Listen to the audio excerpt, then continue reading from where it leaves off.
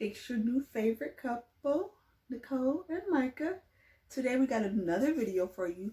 We're going to be discussing his journey through getting his autism diagnosis. Because if anybody knows, it's not a one and done thing. You can't just go into somebody's office and be like, hey, I think I'm autistic. Can you test me? It don't work that way. It's not that easy. So we're going to discuss today his journey to getting tested, as well as my process of getting the results and how I felt about it and all of that fun stuff. So let's tell your story, babe. Well, I think I should talk about my struggles during school. My struggles during school, I was diagnosed with a slow learning disability, which they called a specific learning disability, which meant that I wasn't smart enough to handle the things they was throwing at me, like everything. So my struggles was basically in math and English. I had struggles learning how to formulate sentences on a paper and math. A lot of people had problems with math, but I couldn't figure out the steps to how to do math. So, and then in adulthood, I recently got tested again for the same thing, basically. And autism was never a thought of. And, until I met Janelle. And she was like, oh, you have some traits of autism. Because my brother also has autism, so it kind of run in the family. But they was all in denial because all they knew of autism was my brother, who is very autistic. So now it's autism spectrum. So when I finally went to the doctor after 17 years. Did y'all hear that? 17 years. Somebody, whoever watches this, tell me in the comments, how do folks survive without going to the doctors for 17 years? I don't think I've made it 17 months my whole life. So somebody tell me in the comments how you survive. But continue, babe. I feel like it's more like the culture tells women to go to the doctor. And like men, until something is wrong, they don't go to the doctor. True. I think the culture in general, not just black culture, but true. Men that don't trust doctors. So what happened when you went to the doctor? So I went to the doctors and I basically had a checkup and we talked about like we talked about my issues in school and we brought up like I could have some sort of autism, and then he referred me to a psychologist,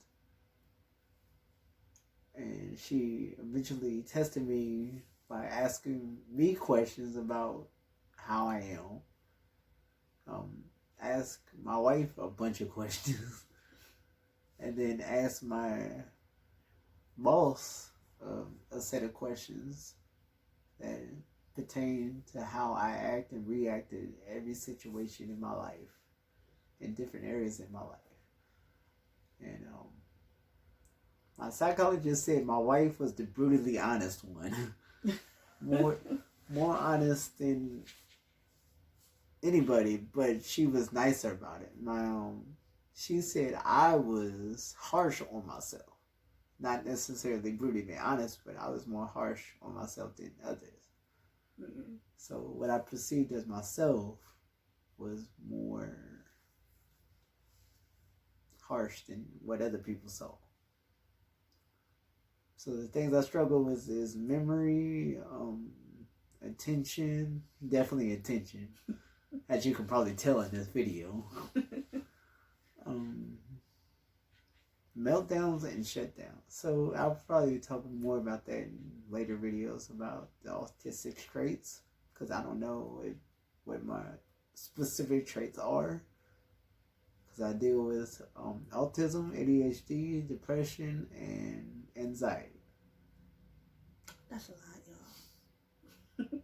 As you can tell, we both deal with a lot. So while she over here talking mess. What? So, that's all I want to share for now. So That's it? Okay. So, I'll give you the time frame of all of that. Because I'm sure it probably sounds like that was like boom, boom, boom, boom, boom. And it was nothing like that. That was probably about 9 to 10 months from the moment where I was like, the slow learning disability doesn't quite fit with what's being exhibited here, to we have a diagnosis. It was about 9 to 10 months. We watched a show called Atypical. And if you ever have Netflix, look it up. Atypical is awesome. It deals with a teen who has high functioning autism. And the teen actually gets in a relationship. So we got to see him as a single person and as a person in a relationship. And it had a bunch of similarities to my husband. And so we're watching it, and he started to notice similarities of himself. So then I started to do more research and bring up different things to him. And once the dots connected, we had to take a next step. Well, you can't just go to like any therapist and get a evaluation for autism. It has to be someone who is trained in it. But you can't find people who are trained in it to give it to you until you have like a referral from an actual physician. So that required us to come into the doctors, and that's a process. It's not instant. So we got into the doctors, and then we had to do all those tests and all that. And we finally got a referral. You had to wait for your appointment, of course, because it's not the next week. So yeah. And if for anybody who's watching and who's like going to get their spouse or going to get their child tested for autism, what I was not prepared for was the long wait from the testing. Well, the long wait from the evaluations, which are what me, his boss, and himself filled out paperwork. It's like 5 or 6 pages long of questions, legit, that they ask. And then after you do the paperwork, there's like 2 rounds of testing they do on him. And then after that, you have to wait like another 2 to 3 weeks to even get the results. So it was a whole month. Right, it was about a month. Yeah, it was like a month before we even got any results of what was going on. So yeah, just so y'all know, it's a process. Be patient with it, all that good stuff.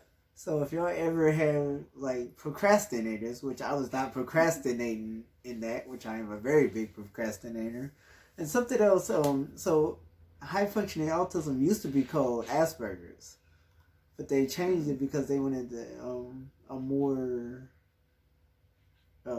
thing that people can actually know what it is, instead of just calling it Asperger's. It was like, oh, we got, because it's basically some of the same symptoms as autism, but it's not. Yeah.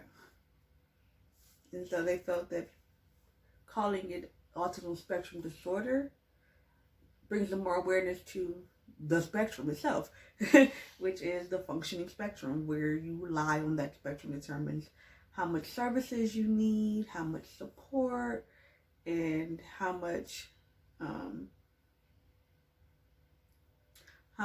difference your processing and things are with social things and daily life stuff. So what was happening, unfortunately, was people were getting this Asperger's diagnosis, which was basically saying you are high functioning, you're smart. But they needed help still. They still needed day-to-day help and support throughout their personal life and work life, but they couldn't get it because they had this diagnosis that didn't ring any bells for help. But when you hear autism or autism spectrum, people are more inclined to be understanding, more inclined to want to help and want to know what that person's challenges is. Well, when it comes to autism, like, people have an idea of what autism is, and it's like not what it is in all cases. Like, people have an idea of what cancer is, but they don't realize that cancer can spread. And when cancer spreads, usually it's not diagnosed by where it spreads to, it's diagnosed where it's originally from. Mm-hmm. So a lot of people are like, oh, they have an idea. They have a preconceived idea of what autism is. So Yeah. then that comes with I don't know. Comes with negative consequences. It comes with negative well, the word I was looking for is assumptions. Like Oh, people assumptions. Okay. assume a lot of things to do with autism. So it's like, oh, you got autism, you have these problems, but no, I don't. But I do have some of the same problems as a person with more lower functioning autism. Yeah, definitely, that's true. So once we finally got the diagnosis, waited all that time, and I think my first thought was relief. Like, we understand what we're dealing with now because the other diagnosis that he had growing up just didn't fit. And I was just like, I don't know what's going on. And so now that we got the diagnosis of Asperger's and, well, autism, Asperger's, we'll be calling it both, just people are familiar with both. We finally got that diagnosis along with the co-occurring disorders, which, if you do not know, a lot of adults with autism or Asperger's do have anxiety, ADHD, and depression. The anxiety and the depression usually comes from a lack of support their whole life. You go your whole life kind of walking in a fog and figuring shit out, but without the extra help, you would have some anxiety and depression too. So that's super, super common in the community. And ADHD is just one of those things that comes with autism about like 85% of the time. It just is what it is. Well, no one knows numbers that all people with autism have ADHD and anxiety and depression. Autism cannot be treated by medicine. Good point. ADHD, anxiety, and depression can, but autism cannot because it's affected your brain so much unless you go and alter your brain, which is which could be an act of God, because without doing that, you could mess up your whole body.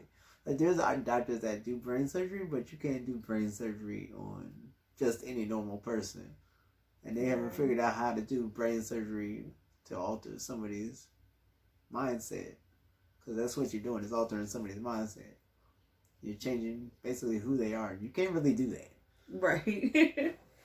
So yeah, after the relief, it was a lot of research because I had always researched autism and things like that because I used to work in a group home for those with cognitive disabilities, and a lot of them had autism.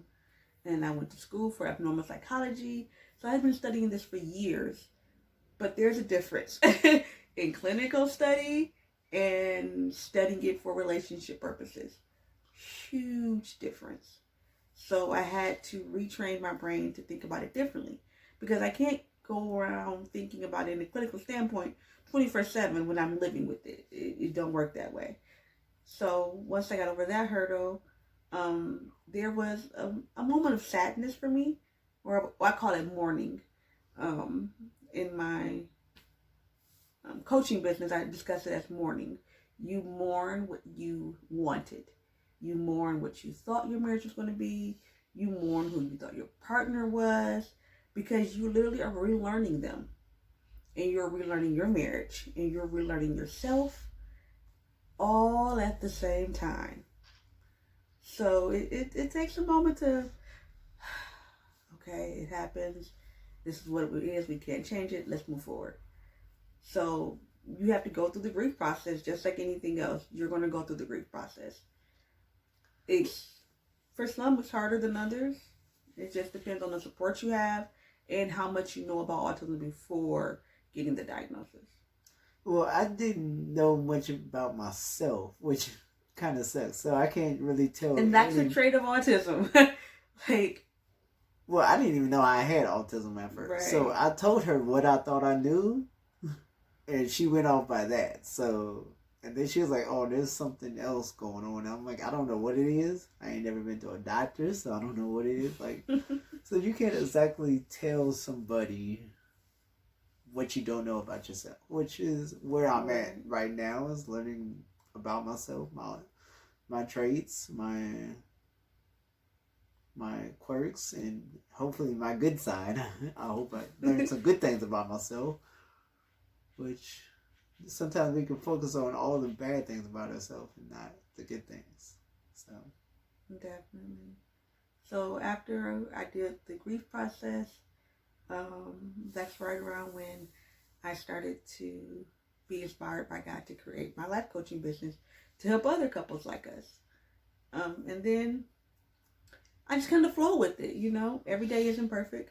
It's an adjustment. We're about to have a kid. That was a whole nother adjustment because it's not like your average first-time dad experience. Because there's things we have to think about that you don't think about with someone who doesn't have autism.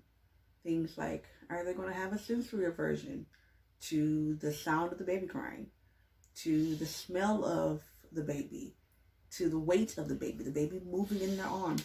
All of those things could trigger different autism reactions, and we don't know until it happens. Things like memory. A lot of times for parents, like, it's just, you go off of memory what you know a baby needs. For him, his memory isn't that well, so sometimes things don't stick about caring for a baby. Or we have instinctual things that we just do, or things we just like, not even instinctual, but almost like social norms with babies in our daily lives, where we do this so we know that that's going to happen. We do this so we know that can't happen. Those aren't wired in someone's brain who has autism. So we have to kind of learn to navigate that with the baby and see what things do click automatically and what things don't. And when things don't, we just give instructions.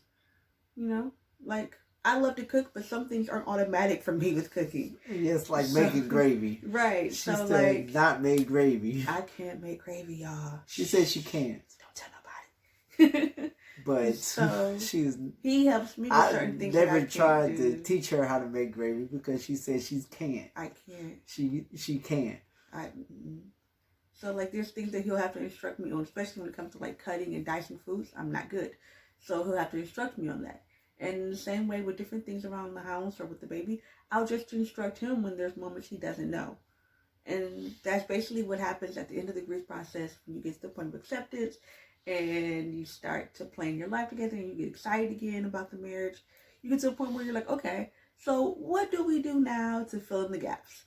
And that's where we are now. Okay, so I think we got a couple other things. Like, you talked about, I think you talked about adapting. I think you wanted to talk about adapting. Like, it's harder for... No, not in this video.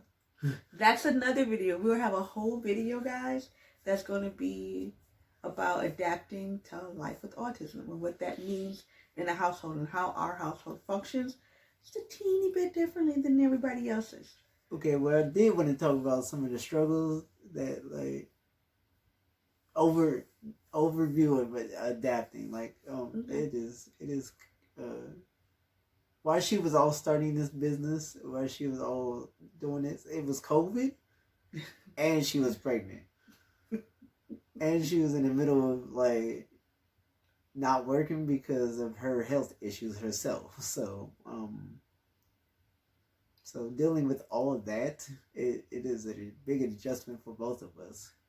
Because now I'm taking more of the responsibility of the provider and actually doing that. So, and changes is not good for me. Which is common with people with autism. Really, really common. They like their routines. They like to know what to expect. And yeah, our life has been anything but that lately. I don't think our life has been like that at all. Together. Right. Things have constantly been fluctuating. I went from moving out of my mother's house into my own little apartment, and then moving into the apartment with her when we got married into like 400 square feet. 200, right? Or 200 square feet studio apartment. And now we're into a bigger apartment. So those are 3 big adjustments in 2 years. Yeah. On top of both of our diagnoses. On top occurring. Of both of our diagnoses. Her being pregnant. and COVID. And COVID. It's been a whirlwind, y'all. And I've had 3 different jobs. Oh, true. So adjusting to each job, even though it's a cooking job, that's a big adjustment too. So we might get into that. I don't know. Yeah, we may. So at the end of this video, I'll actually show you guys where we started in our first micro apartment of 200 square feet to now where we live. So you can see what he means by it was a huge change. So yeah, if you have any questions about his journey to getting his diagnosis or what some of the things that we have done to adjust to the changes in the last couple years, put the questions down below and either him or I will respond to them. Or if it's a really good question, it may become a topic. Yes. Anything else? No.